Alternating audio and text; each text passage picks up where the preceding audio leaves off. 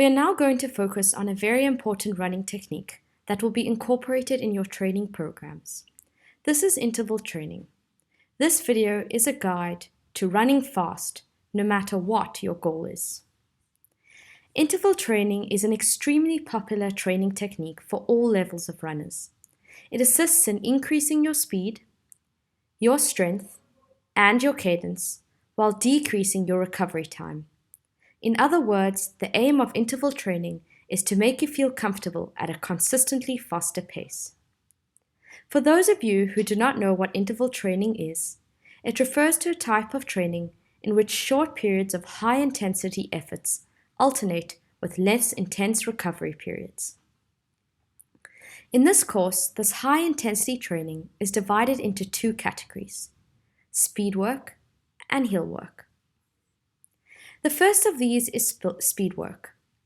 Speed work includes sprints or faster-paced intervals. This means that you are running at a race pace or faster during a short period of time before taking a rest. Every runner can benefit from speed work.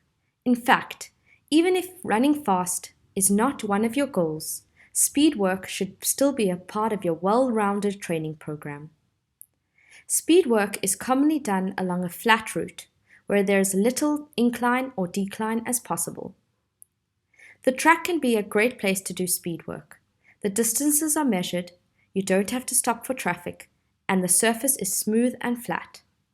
But you can also do it on roads or paved trails, and this may be more beneficial in the varying terrain mimics what you will encounter on a race day.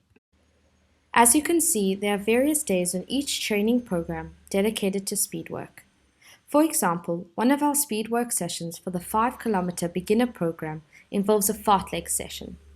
Fartlek means speed play in Swedish.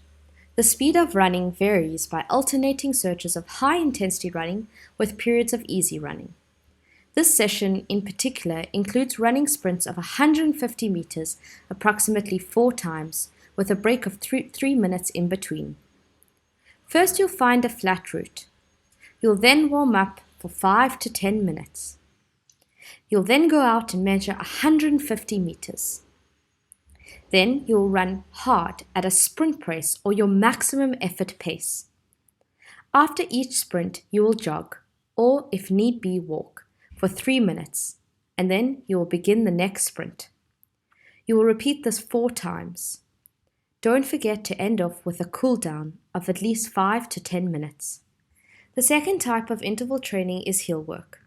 Hill speed work involves climbing a hill repetitively at a fast, consistent pace. Hill work typically includes hills that are roughly 150 to 250 meters long and that have a gradient of 1 to 20. To establish the pace, you will initially run the hill as hard as you can. You'll then add 14 seconds to the time for the hill repeat time. Depending on your level of fitness, you'll either walk or jog down the hill, which acts as your recovery time. As you can see, there are various days on each training program dedicated to speed work. For example, one of our speed work sessions for the 5-kilometer beginner program involves a hill session. This session in particular includes running hill sprints of 150 meters approximately 5 times. First, you'll find a flat route, and you'll warm up for approximately 5 to 10 minutes. Then you'll measure out 150 to 250 meters of the hill. Then you'll establish the pace as you were told before.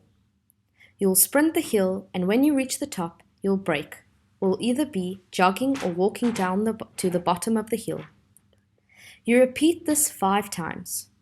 Remember to cool down afterwards for 5 to 10 minutes. It is important to remember a few things with interval training. Firstly, you must try to warm up before an interval session. This includes running for at least 10 to 15 minutes before you start. Your first session and last session of the set should be at exactly the same speed. You therefore need to set a pace that will allow for you to maintain a consistent level of intensity. Thirdly, try to stick to your running plan. Skipping interval days can be an attractive option as they often seem more daunting, but remember to try to stick to your plan even if it means doing them at a lower intensity. Lastly, You should try to warm down after an intense interval session.